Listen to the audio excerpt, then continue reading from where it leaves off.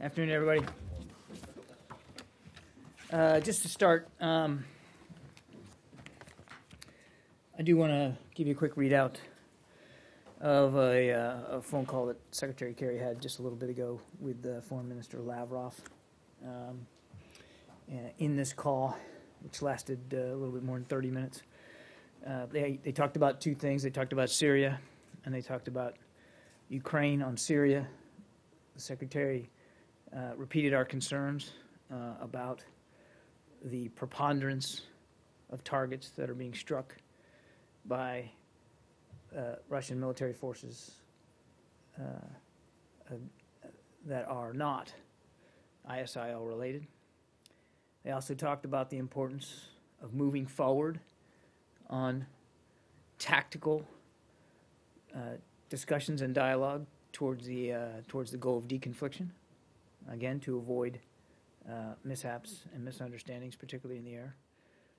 And the Secretary also talked about the importance of moving forward towards a political track in Syria, stressing once again that there's not going to be a military solution to the civil war in Syria, that it can only be solved through a political solution, which means, as we've talked about, transition to a government away from Assad and towards one that is responsive to the desperate needs of the Syrian people. On Ukraine, the Secretary again raised the Minsk agreement and the importance of moving forward on full implementation of the Minsk agreement. So with that, I'll turn it over. Matt. Well, since you started with a call, let's start there.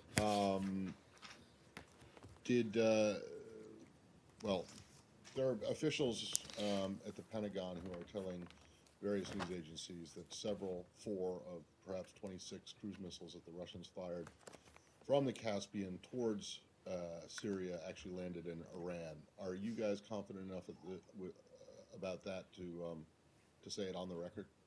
No, I'm afraid I've seen those reports, but I'm not in a position to confirm them at this time. All right. Do you know if discussion of the possibility of such a thing happening came up in the discussion between Secretary Kerry and Foreign Minister Lavrov? As I said, I won't go into more detail than what I gave you in the readout. But as I said, they did talk about targeting, and the Secretary raised his concerns about the fact that the preponderance of the targets that they're striking are not against ISIL. Right, but something like this happening would not be technically part of deconfliction talks, would it? You mean if it's true that a couple of their cruise missiles landed in Iran? Again, I'm not going to get into greater detail in the call, but I think, if something like that happened, again, I can't confirm it, but I think it points all the more towards the need to have proper deconfliction procedures in place. Okay. On the same subject, but unrelated to the call, this morning Senator Corker suggested at the top of an unrelated hearing, well, actually it was related to the call, I guess, because it was about Ukraine, but Senator Corker suggested that Secretary Kerry is avoiding him and his committee, and that the State Department was being not particularly honest in the reason why the Secretary can't appear before the committee. Do you have any response to that? Yeah, sure. The chairman had asked the Secretary in this most recent case to appear on a date where we were simply not going to be in the country for a long-planned conference. This was in Chile for Our Ocean Conference. And the State Department, realizing the importance of meeting the needs of the committee, offered in his absence the Deputy Secretary or Assistant Secretary Patterson, and the committee declined both of those potential witnesses. I would just add that the Secretary has appeared before committees in Congress almost 10 times this year alone, 3 before the Senate Foreign Relations Committee. He takes very seriously his responsibilities as a former senator would to the oversight prerogatives of the Senate, of Congress. And we're going to continue to discuss and talk to the chairman about any and all future requests for his testimony. So the request was for Monday? It was for earlier this week. It was for while we were on this trip. Yeah, and that's the only reason he didn't and wasn't able to appear, was because we were going to be out of the country for a conference that had been long planned. Okay, well, And as I said, offered two very senior diplomats who both are very knowledgeable on the issue of Syria to testify. But we're going to stay in close contact with the chairman. Obviously, we understand his responsibilities as well. The secretary takes that very seriously, and will continue to maintain that dialogue. John, the issue on the discussion on moving forward on the dual track, was there any decision made on how they would move forward? Further talks?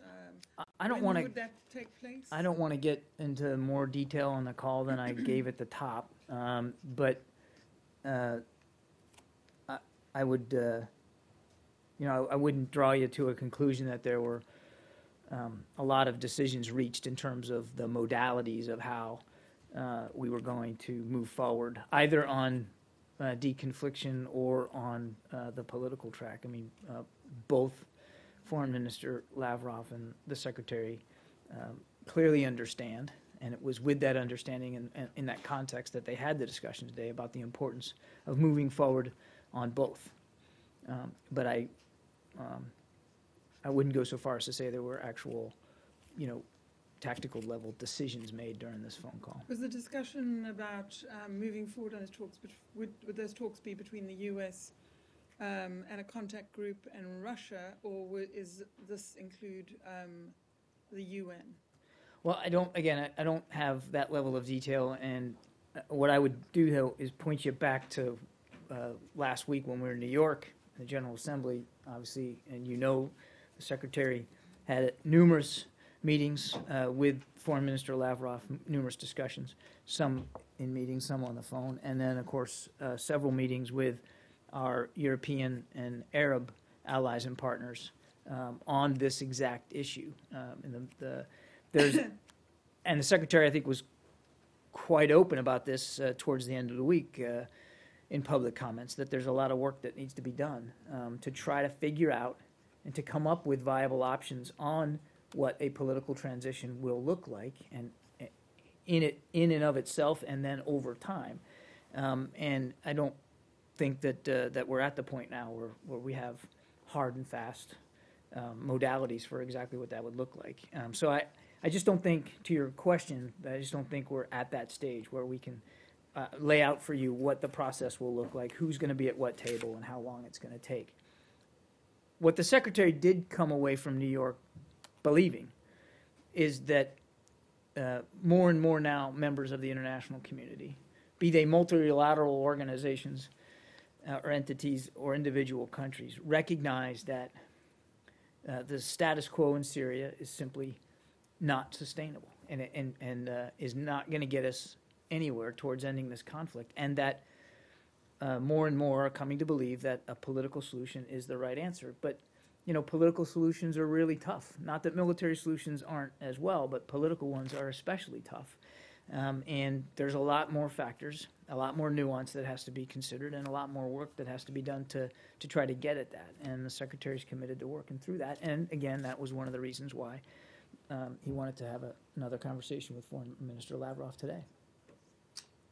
Just a few things. First, on the call, I know you've stated several times now that you're reluctant to provide more specificity on the contents of the call, but can we safely infer from the fact that you said it related to two subjects, Syria and Ukraine, and that you went on to give us several sentences about Syria and one very brief sentence about Ukraine, that reflects accurately the division of the call itself, that Ukraine really only formed a very small part of their 30-minute discussion? No, I don't want to break down the call, the 30 minutes into chunks on how much time they spent on either one of them. It's safe to say that there's few, if any, conversations that the Secretary has with his Russian counterpart where they don't talk about Ukraine. Obviously, Syria was high on the list of agenda items for both men to speak about.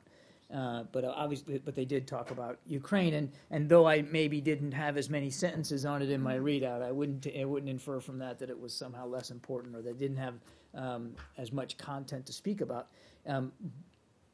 Where we are in Ukraine is, a very fragile ceasefire. There's been some reports that it may have been violated, but up until very recently, certainly has seemed to be holding, and some movement in the right direction on some issues towards Minsk. And I think both leaders agreed that movement, that positive movement, is a good thing, and both would like to see it continue. To stay on Syria, though, as the Russian Federation was deploying ever greater assets into that theater, you were commenting on it with a fair amount of latitude from this podium. Are you able to confirm from the podium today that the Russian actions inside Syria have expanded from airstrikes to a ground offensive? I'm not. Obviously, since yesterday, we've become more certain of the cruise missiles that were launched. At least the fact that they were launched,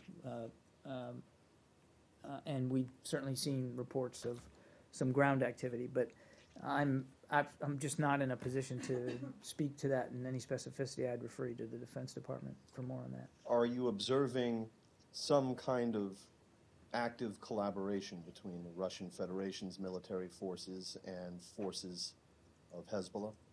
I have not seen reporting to a degree of specificity where I would be able to confirm that.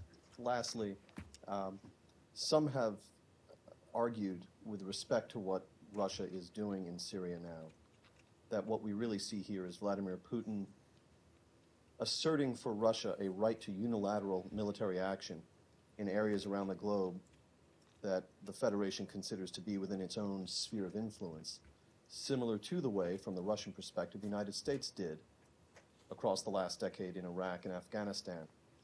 Is that how you see his actions? No, and I spoke to this yesterday.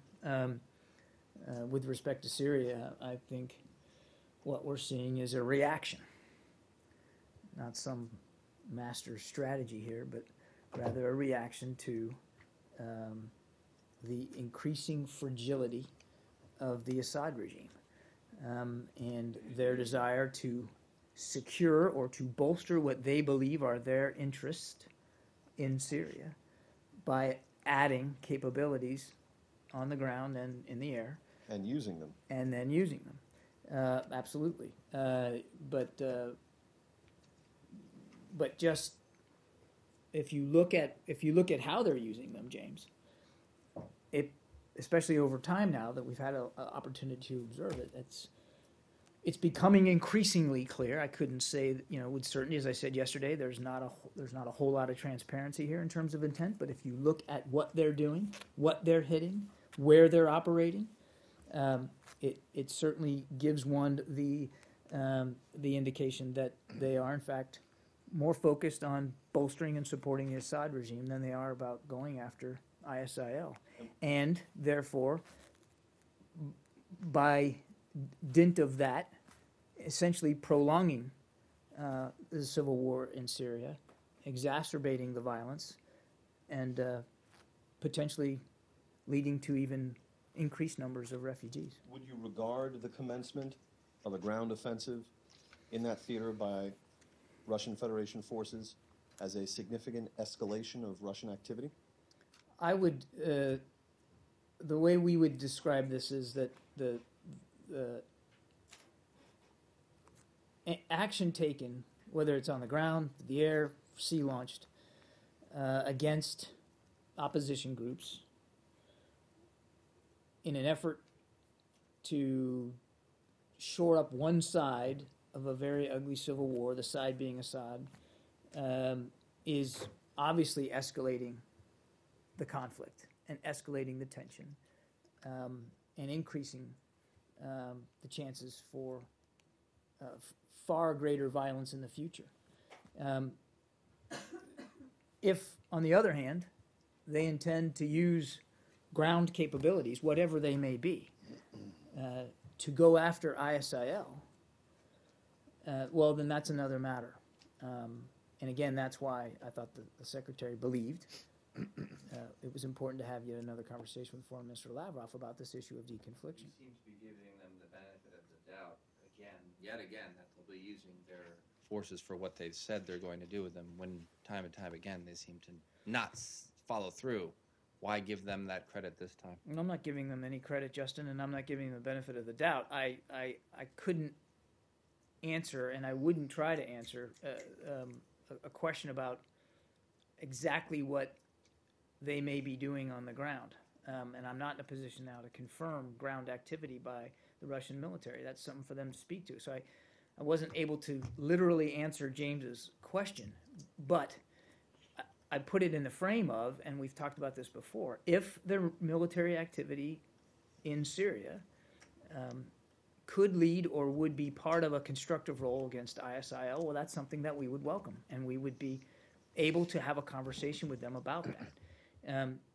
Thus far, and again, I mentioned this to James, if you just take a look at what we've seen them do, where they're hitting, where they're operating, it would not lead one to conclude that that is their goal. You would have to look at the evidence on the face of it and have to assume that what they are in fact trying to do is prop up the Assad regime. And all that's going to do, as we said, is make the conflict worse. And it's certainly not going to get us any closer to a political solution inside Syria. Hey, John. Carter said that their actions had shattered the illusion that they were there for any reason other than to prop up Assad.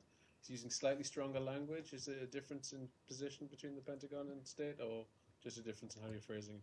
No, I think we see it exactly the same way as the Defense Department. I wouldn't read anything into the use of adjectives or adverbs in that. No. Since you dipped your toe into the ocean of analysis in response to one of James's questions, you said this is not a strategy, it's a reaction to the increasing fragility of the Assad regime. Since you offered your expert analysis on that, I'm wondering, to what do you attribute the increasing fragility of the Assad regime? I think, Matt, you've seen it yourself over the last several months. The regime coming under increasing pressure by opposition groups, losing more what was once government-controlled territory to opposition groups. I think that's opposition that's groups plain. To include ISIL, or opposition groups that are the ones that you support? I'm talking about the political opposition groups in general on ISIL, and we've been, I think, very honest about the fact that that in Syria they have continued to lose Right. some territory and some influence. Not all of it, but they have continued to lose. Right, but you would attribute the increasing fragility of the regime primarily to the success of the moderate opposition that you support. Right. Yeah. Well, the reason I asked that would seem to suggest that there was a report this morning about a meeting that was held yesterday with some, or a couple days ago, with some Syrian American activists, in which a special envoy was cited as saying that the reason the Russians went in is because the U.S. strategy, such as it is, was succeeding in Syria. And there was great pushback to that interpretation of his remarks from this building. Mm-hmm. And now you seem to have repeated it. So I just want to make sure, is it the administration's position that its strategy was in fact working, and that's why Russia intervened? I'm not going to comment on press reports about comments that were made in a closed-door meeting. Just give me a second here, Matt. I'm not going to comment on those press reports. What I said was, and I said it as recently as yesterday, is the strategy that we're pursuing in Syria is against ISIL. And it's not just a military strategy, it's multiple lines of effort. But let's just focus on the military for a second, because that's where I think you're going on this. And as I said yesterday at some length, the military strategy against ISIL is progressing. Is it perfect? No. Have we defeated this enemy? No. And yes, it's going to be a long struggle. But they are under increasing pressure. And that pressure primarily is coming in the forms of military capabilities arrayed against them by 60-plus nation coalition. Politically, where we want to move in Syria is towards a transition. So we know there's a lot of work to be done on that, that's more complicated. As I said, if you take a look at the sum total of what Russia has done militarily in Syria, you can only conclude from that they are trying to bolster an Assad regime that we know, frankly, through press reporting of your own, is coming under increasing pressure and becoming increasingly fragile. And that explains more what they're doing and why they're doing it right now, rather than some grand strategy of their own. That's the point I'm trying to make. But I'm not going to get into speculation about Well, no, but what was said in a closed-door well, meeting. with forget press reports. about the meeting. You believe the Assad regime is becoming increasingly fragile because of the success of the moderate opposition groups that you support, correct? I think it's. Or no? I think press reporting alone would indicate that it's becoming increasingly fragile. Okay. In part because of pressure and gains that have been made by opposition groups. Yes. Okay, so if you say that, then why don't you take the step to say that the administration's strategy was working in terms of as it relates to the Assad regime, perhaps not ISIL, but that's why, given what you say is the Russians' actual intent there, that's why they intervened. Because the administration's strategy was as I working. said, It seems to me that the evidence would conclude that they're intervening because they are wanting to prop up Assad, who they believe, and I think we all see, is under increasing pressure. I'm not going to get into cause and effect here. Right. The primary focus of the strategy in Syria is against ISIL. One more on this. Is it possible to assess the efficacy of the Russian intervention so far?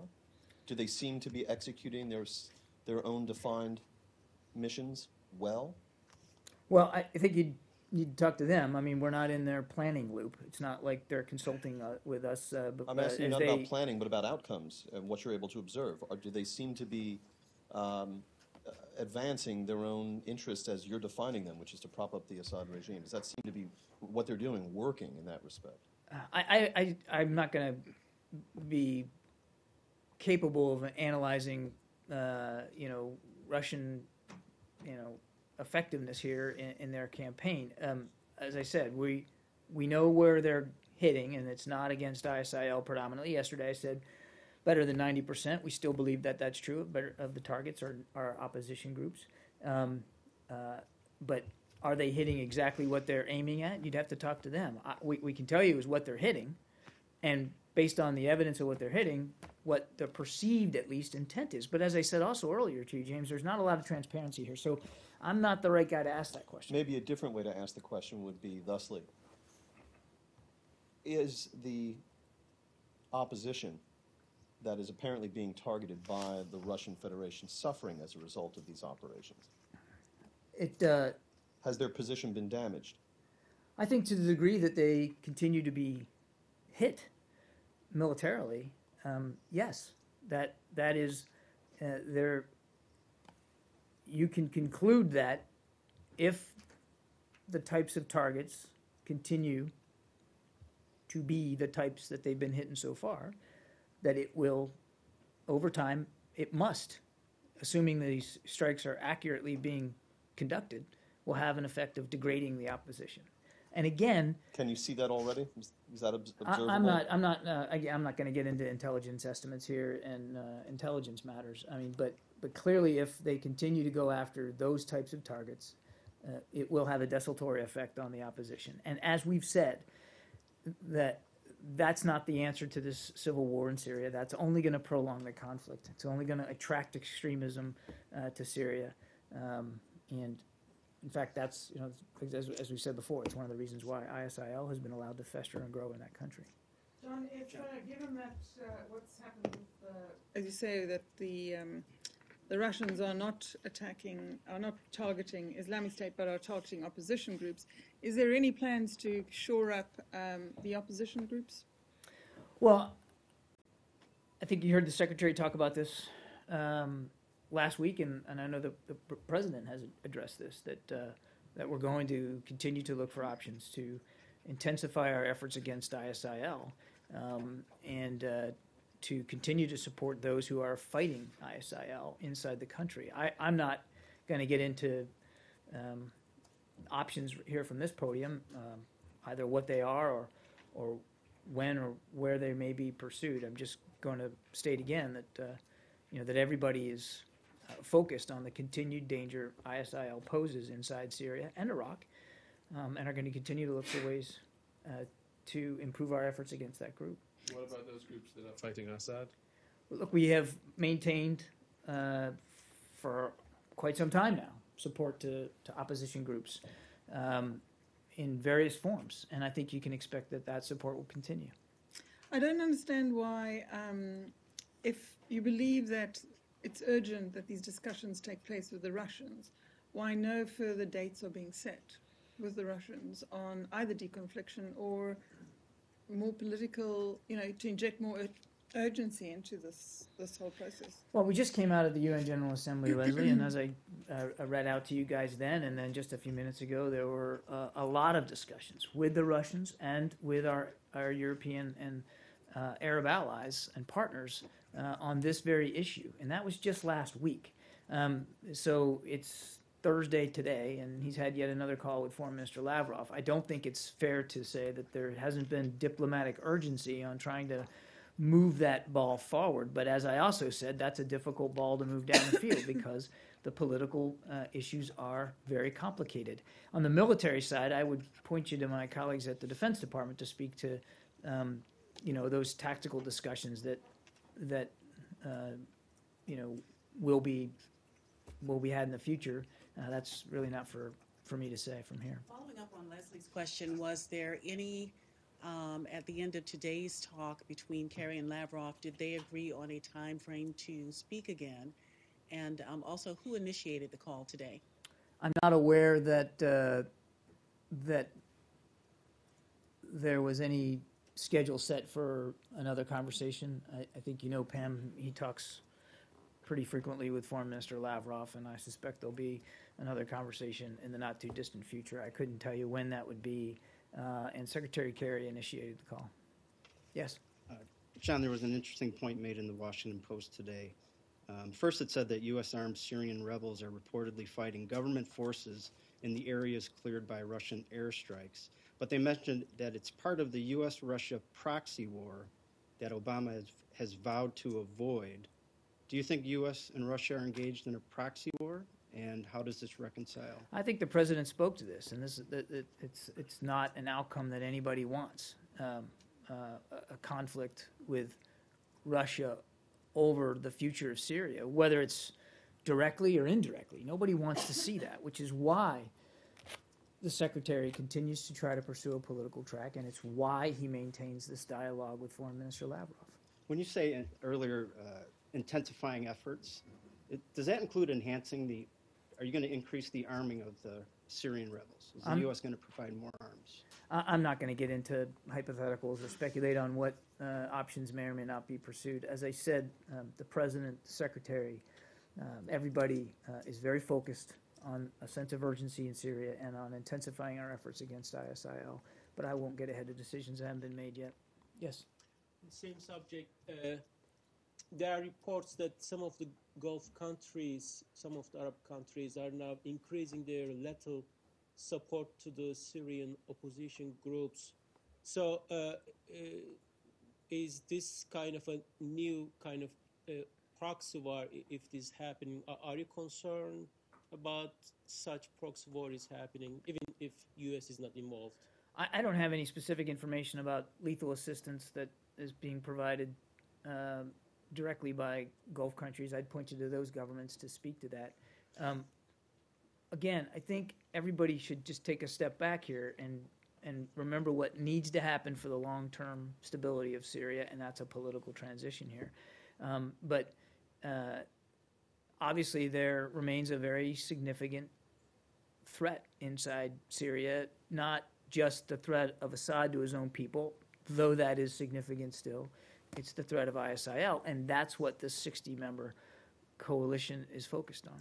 And do you know more about the Russian incursions in this Turkish airspace that keeps happening? I think U.S. was supposed to talk to Russians about this recently. We have, from the diplomatic side, we've made our concerns known about those airspace violations, and will continue should they continue. Again, all the more reason why there needs to be a better effort at deconfliction. And again, the Secretary raised the issue of deconfliction today. I can't speak for the military and, again, what discussions they have or have not had on that particular issue. Yes? Thank you. On North Korea demands on the peace treaty with the United States. Recently, they explained all this. How did you respond on this? My response to that would be the same as it's the same response I would give as I have given on North Korea. Look, the onus is on North Korea to come to the table and resume six-party talks. They have not expressed a willingness to do that. We're still committed to that framework and that process. Yes. Yeah. Do you have any comments about the upcoming celebration of the 70th founding that's going to be happening on Saturday, the military parade? In North Korea? In North Korea. No, I don't. Do you have any concerns about Chinese officials attending? Those are sovereign decisions that countries have to make. What I would say is that China continues to have influence in North Korea, and as we have discussed with our Chinese counterparts in the past, I mean, we'd like to see them use that influence to a better end on the peninsula. Yes. I'd like to ask. Yesterday, Hillary Clinton expressed her opposition to the Trans-Pacific Partnership, distancing herself from a central tenet of administration policy that she helped craft while she was Secretary of State. Yeah. I was wondering what the reaction was in the building to that. We are focused on the work of diplomacy around the world right now, and not focused on the political campaign. And the candidates are obviously entitled to their opinions about a broad range of issues. The Secretary is very pleased by the agreement and to move forward with it. And as he's said many times, this is going to strengthen our own economic security and deepen our strategic relationships in the Asia-Pacific region. And so he's focused on moving forward and getting this and getting the agreement in force. Was there any disappointment in the building, given that she chose to basically throw this agreement under the bus, even though she hasn't read the whole text yet? Again, we're not going to concern ourselves with campaign rhetoric and campaign positions that are being taken by the candidates. They're all entitled to their opinions. What we're focused on is on doing the work of diplomacy every day here at the State Department around the world.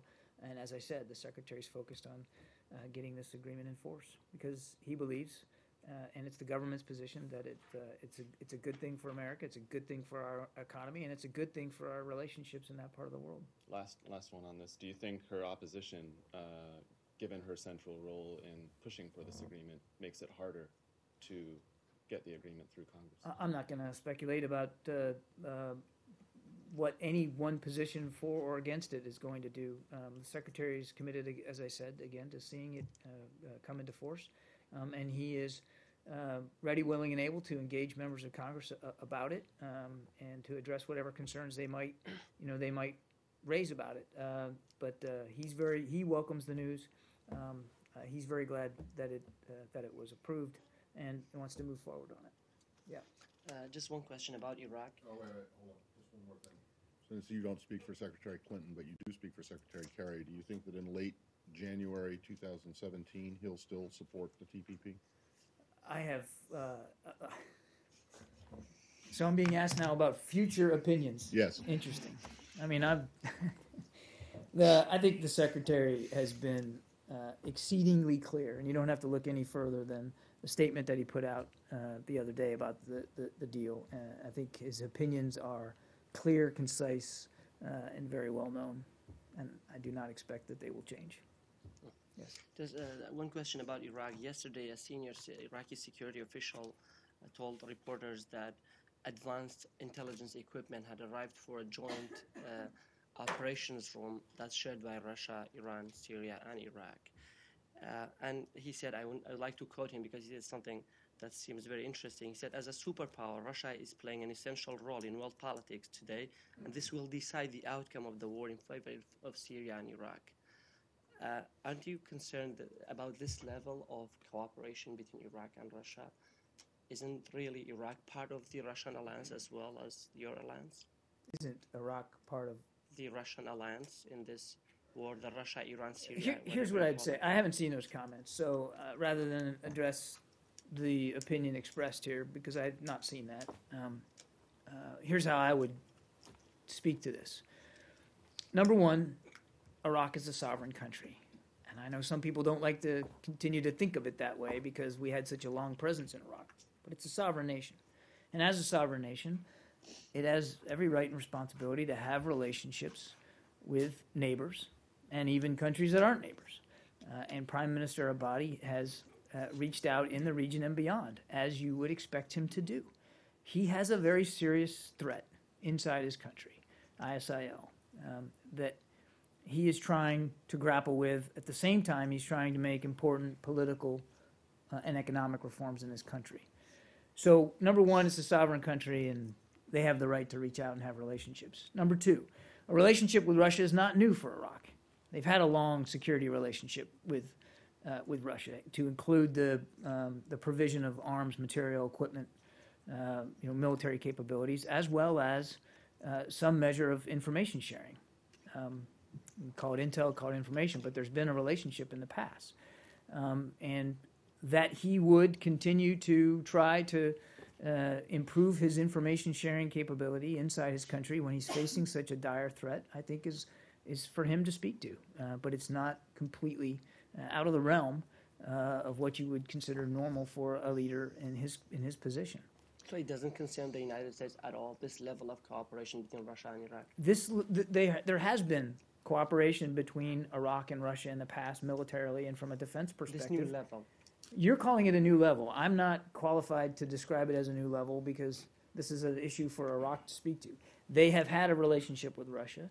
It's reasonable to suspect and to expect that they will continue to have a relationship with Russia going forward. Again, they've got a significant threat in their country. What we're doing, and I can only speak for what we're doing, we continue to support the government of Iraq as they continue to fight ISIL. And our support does include information sharing. And our support does include advisors and trainers on the ground to try to improve their battlefield competence. And our support does include actual kinetic airstrikes from the air, as well as other nations in a coalition. And Prime Minister Abadi himself, just as recently, I think it was a week ago, talked about Russia, and that if Russia wants to play a constructive role in his country, that he would want it integrated with that coalition effort. Those are decisions that Iraq and Russia have to make.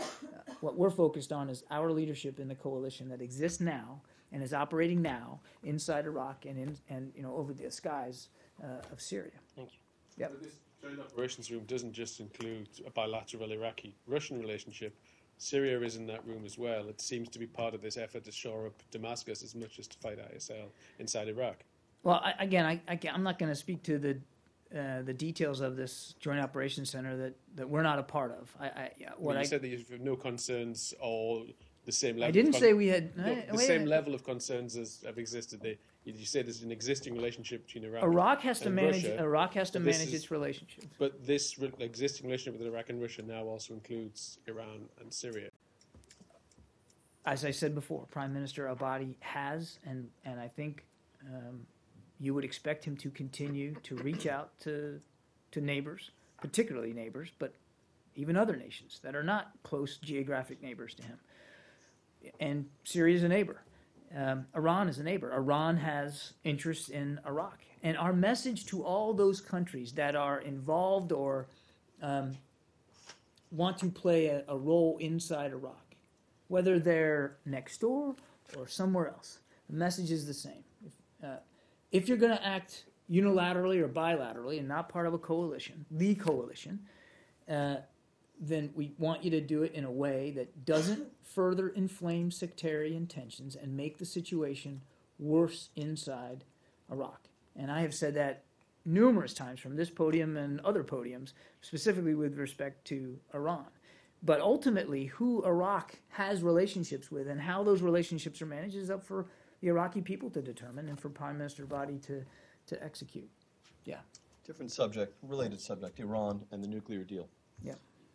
As you know from our correspondence, Fox News has been examining a key sanctions relief provision that is tucked away in one of the annexes to the JCPOA. And we have discovered that even some lawyers inside the Obama administration have concluded that this provision is unlawful because it conflicts with existing U.S. statutes.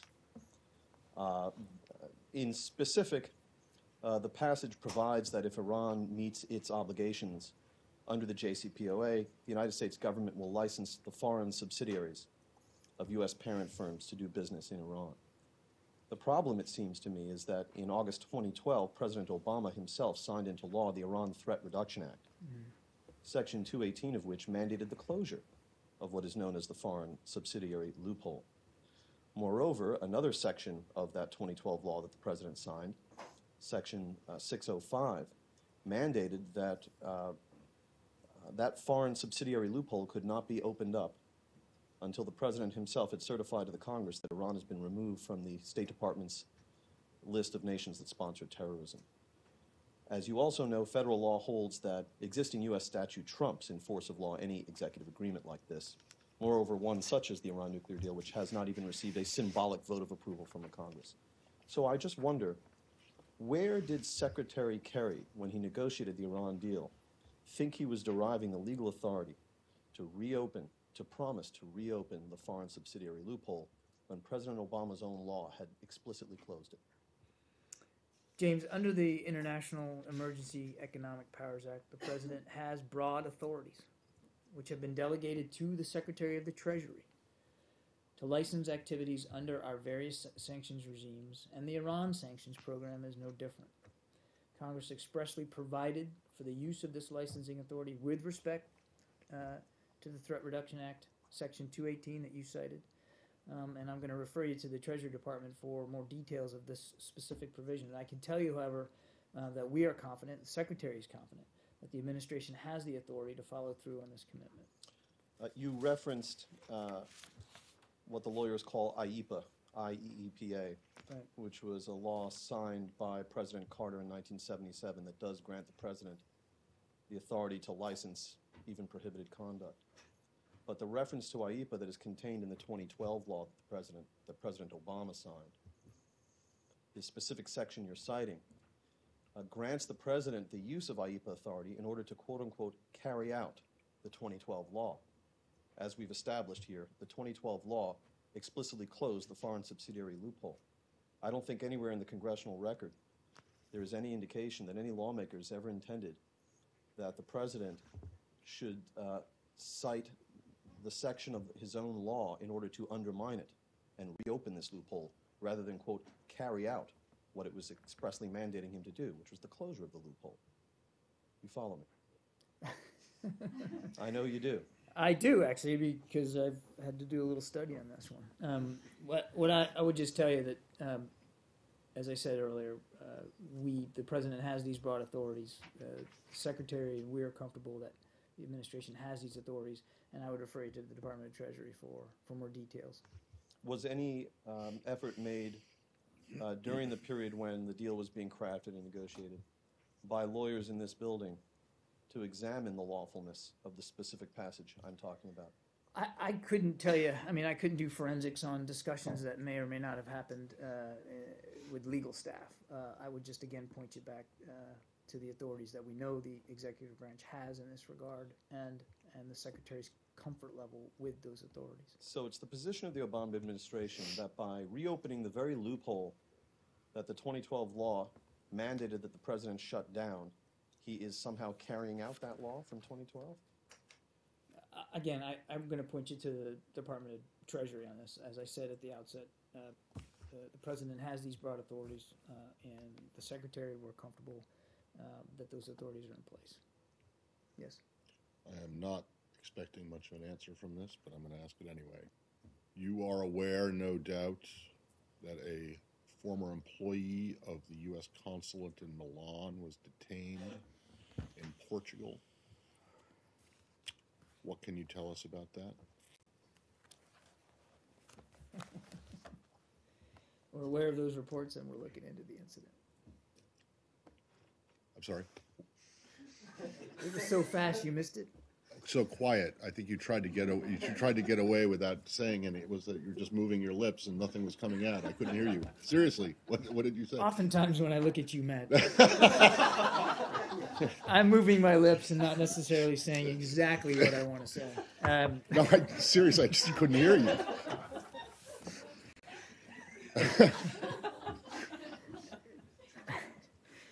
What I say.